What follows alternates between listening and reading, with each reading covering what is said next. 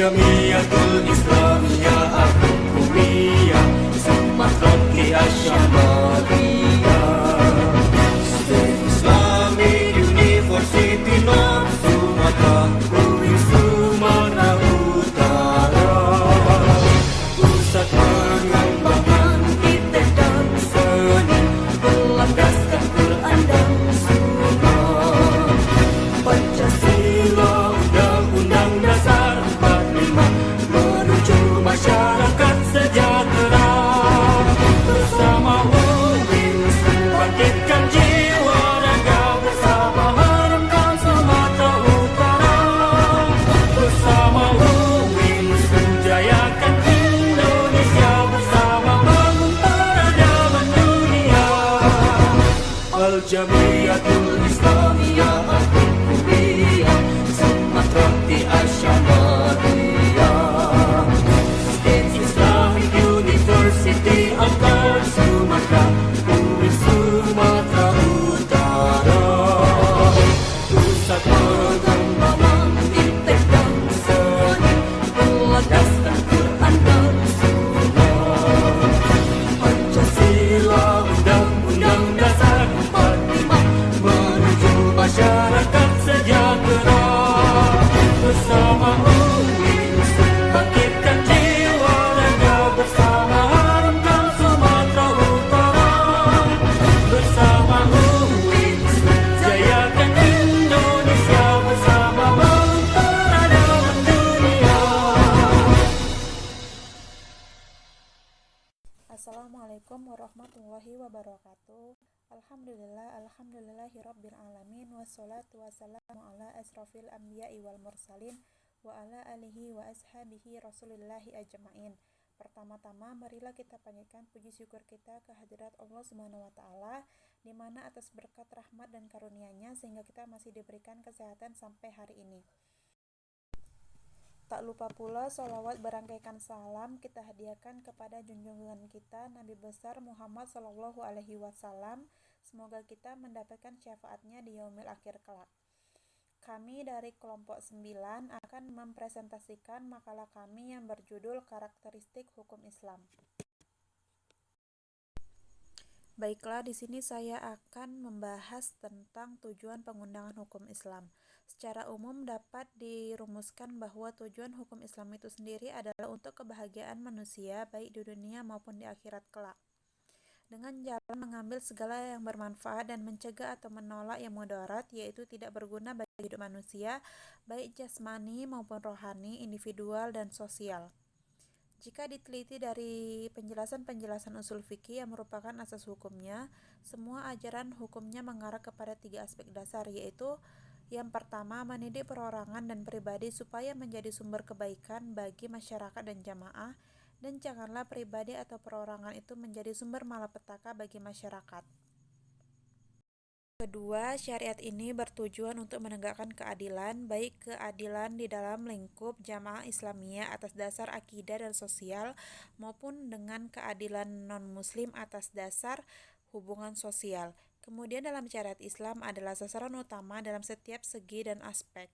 Ajaran syariatnya baik yang berhubungan dengan hukum-hukum muamalat, qada, dan sebagainya.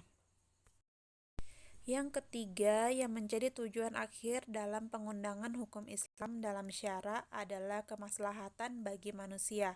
Setiap perkara hukum disyariatkan dalam Al-Quran dan hadis, semuanya terdapat kemaslahatan hakiki yang umum dan bukan khusus untuk suatu kelompok dan lingkungan tertentu. Dan kemaslahatan ini bukanlah ukurannya pada penalaran manusia yang bersifatnya nisbi dan relatif.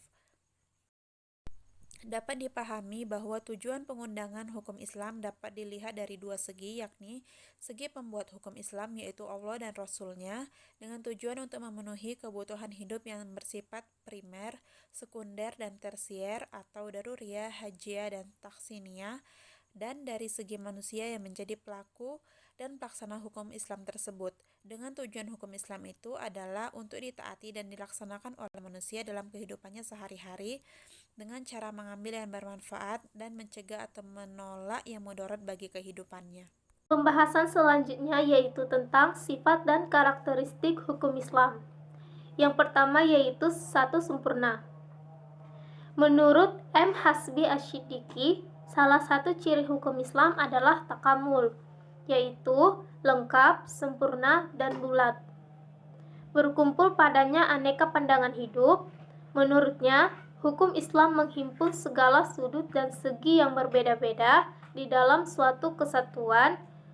Karenanya, hukum Islam tidak menghendaki adanya pertentangan antara usul dengan furu, tetapi satu sama lain saling melengkapi, kuat menguatkan. Yang kedua yaitu elastis. Hukum Islam juga bersifat elastis atau lentur dan luas. Ia meliputi segala bidang dan lapangan kehidupan manusia. Hukum Islam memperhatikan berbagai segi kehidupan, baik bidang muamalah, ibadah, jinayah, dan lain-lain. Meski demikian, ia tidak memiliki dogma yang kaku, keras, dan memaksa. Hukum Islam hanya memberikan kaidah-kaidah umum yang mesti dijalankan oleh umat manusia. Yang ketiga yaitu universal dan dinamis. Ajaran Islam bersifat universal, ia meliputi seluruh alam tanpa batas, tidak dibatasi pada daerah tertentu, seperti ruang lingkup ajaran-ajaran Nabi sebelumnya. Berlaku bagi orang Arab dan orang Ajam atau non-Arab.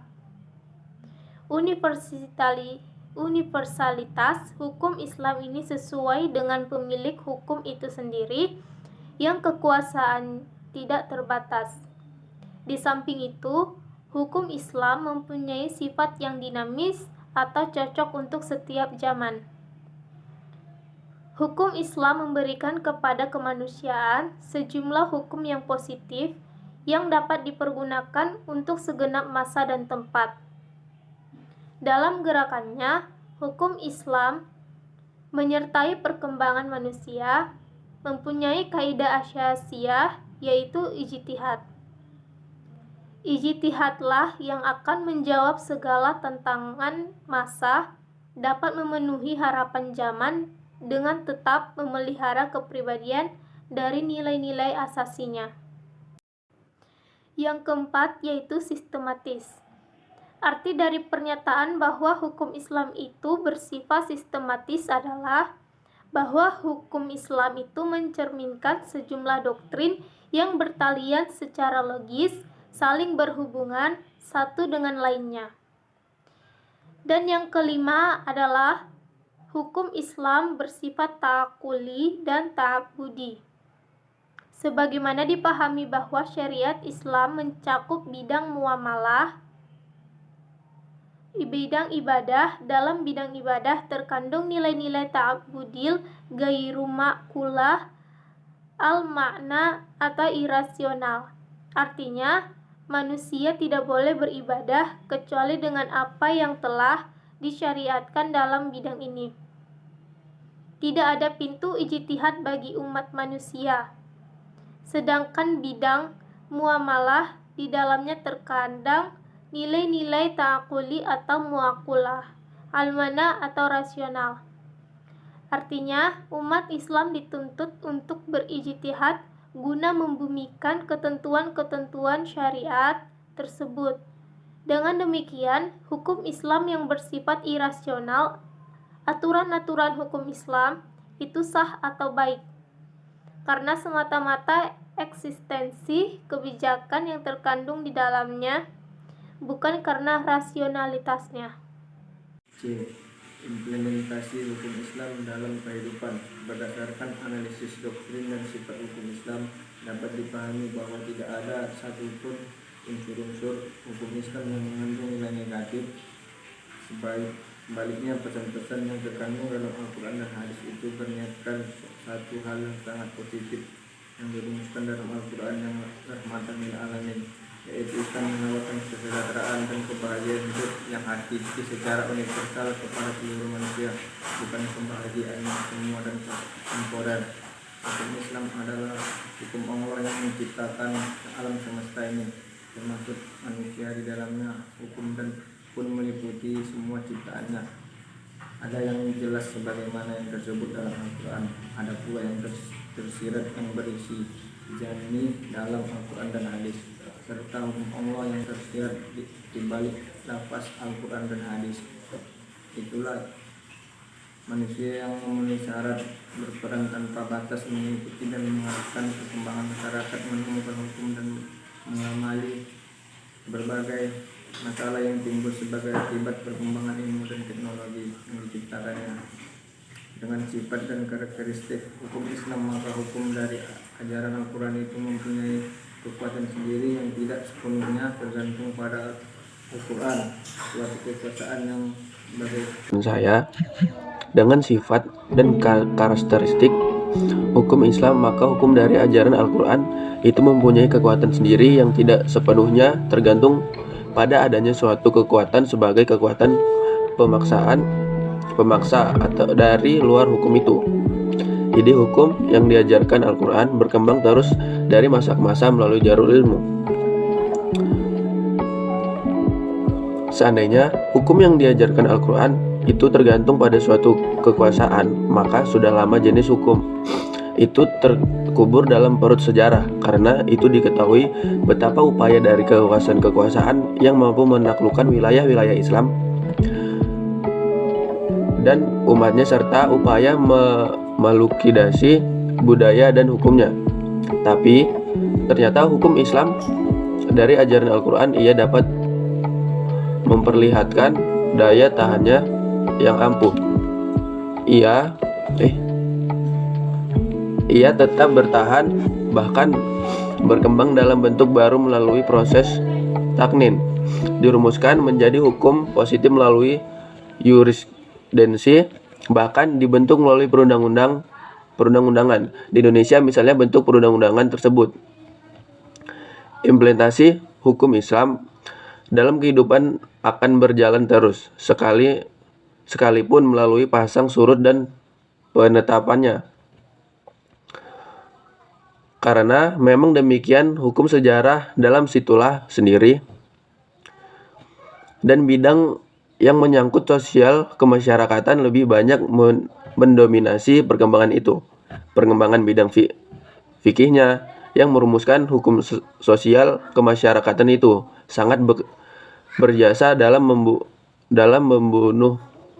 menumbuhkan keadaan hukum yang sikap normatif dalam kehidupan umat Islam. Dan bidang yang menyangkut sosial kemasyarakatan lebih banyak mendominasi perkembangan itu. Perkembangan bidang fikihnya yang merumuskan hukum sosial kemasyarakatan itu sangat berjasa dalam menumbuhkan keadaan hukum yang sikap normatif dalam kehidupan umat Islam.